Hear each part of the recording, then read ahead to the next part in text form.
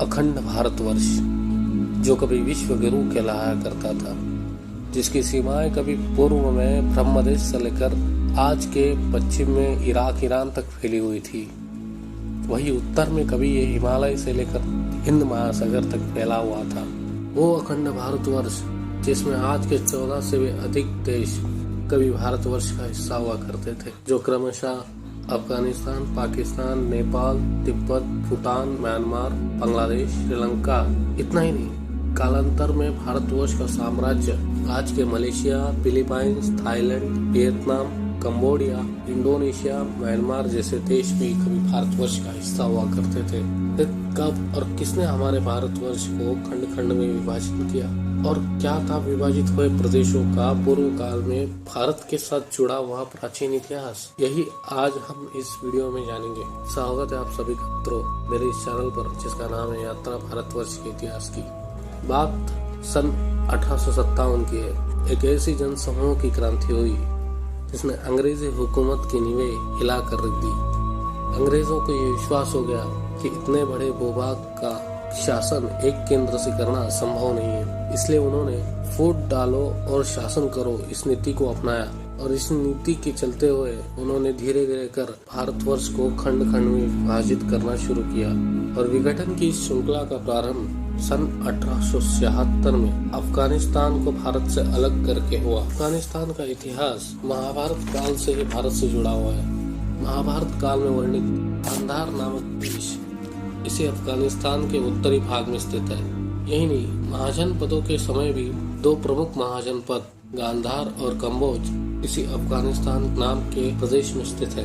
यही नहीं, अफगानिस्तान प्राचीन समय से ही भारत के राजाओं के साम्राज्य का अभिन्न अंग रहा है। मौर्य साम्राज्य, कुषाण साम्राज्य, इन जैसे अनेकों हिंदू शासकों एवं राजाओं के साम्राज्य का भाग रहा है। इसी कारणवश अफगानिस्तान का इतिहास भारत से काफी प्राचीन समय से जुड़ा हुआ है।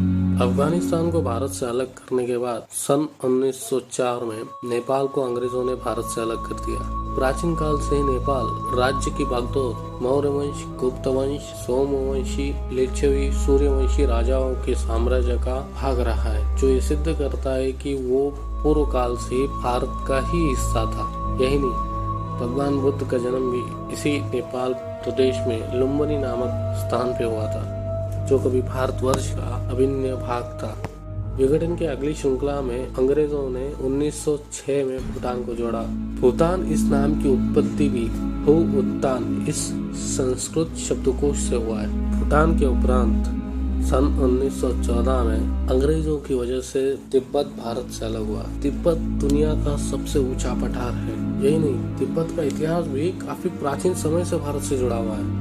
उस तिब्बत का इतिहास हमें वेद पुराणों के काल से ही हमें मिलता है और संशोधनों के अनुसार वेद पुराणों और अन्य धर्म ग्रंथों के साथ वैज्ञानिक शोधों एवं अध्ययनों से ज्ञात होता है कि मनुष्य और अन्य जिन जंतुओं और वर्तमान आदि सृष्टि का हिमालय के आसपास की भूमि पर ही जन्म हुआ था और उस भूमि का पुराणों में त्रिविष्टिप नाम से उल्लेखित एवं वर्णित है। यही त्रिविष्टिप जिसे आज हम तिब्बत के नाम से जानते हैं। यही नहीं मित्रों, विश्व का सबसे ऊंचा बर्फ से ढका हुआ और ठोस पहाड़ जिसे प्राचीन समय में गौरी शंकर कहा जाता था, जिसे आज हम माउंट एवरेस्ट शिखर के नाम से जानते हैं, वो इसी तिब्बत में स्थित है। तिब्बत के बाद सन 1937 में ब्रह्मदेश, जिसे म्यांमार भी कहा जाता है, वो भारत से अलग हुआ।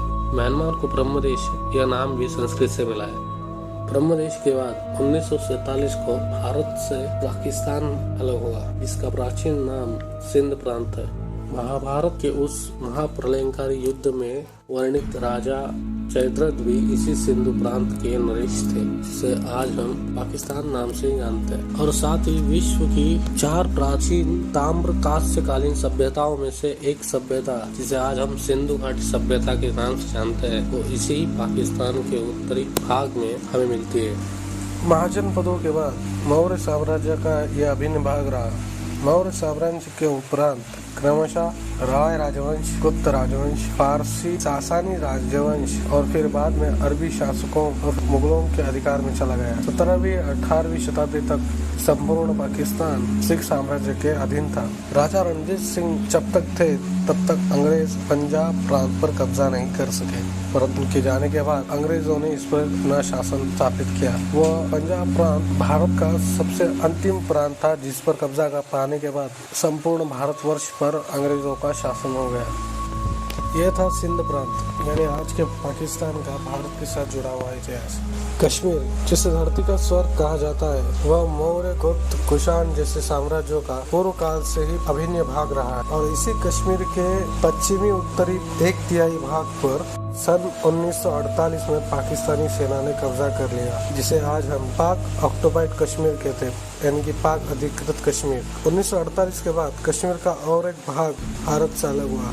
1962 में भारत चीन वॉर में कश्मीर का उत्तरी पूर्व भाग चाइना के कब्जे में चला गया, जिसे आज हम अक्साई चीन के नाम से जानते हैं। ये सभी प्रदेश कभी भारतवर्ष का अभिन्न हिस्सा हुआ करते थे, परंतु आज वह भारत से अलग हो चुके हैं।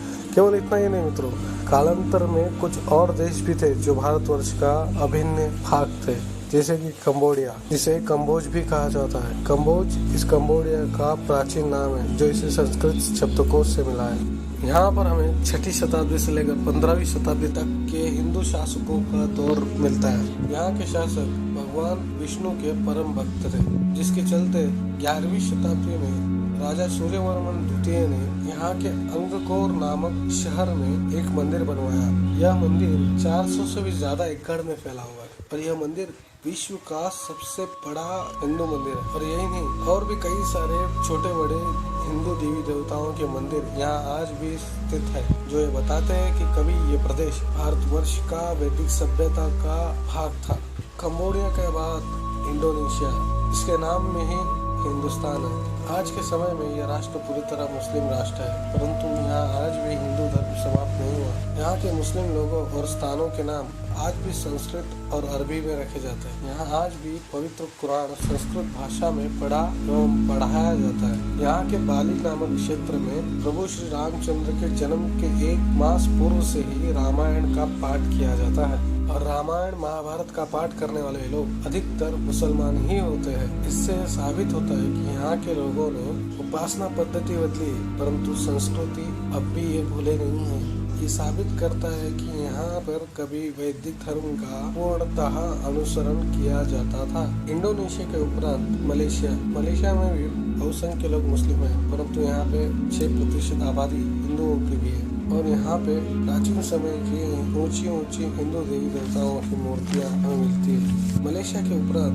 वियतनाम, फिलीपाइंस, थाईलैंड, लाओस जैसे देश भी भारतवर्ष का ही हिस्सा थे। मित्रों, जहाँ अंग्रेजों की नीतियों के कारण अखंड भारतवर्ष खंड खंड में बढ़ गया, वही 15वीं शताब्दी के बाद बढ़ते बौद्ध और इस्लाम के धर्म प्रसारण के कारण दक्षिण एशियाई देशों में वैदिक संस्कृति धीरे धीरे कम होती गई, जिसके कारण भारतवर्ष से वह प्रदेश अलग होते गए। तो मित्रों, ये था वो कारण जिसने अखंड भारतवर्ष को खंड खंड में विभाजित कर दिया और अलग हुए देशों का भारत के साथ जुड़ा हुआ प्राचीन इतिहास भी। इसी के साथ मिलते हैं अगली वीडियो में। जय हिंद, जय भारत।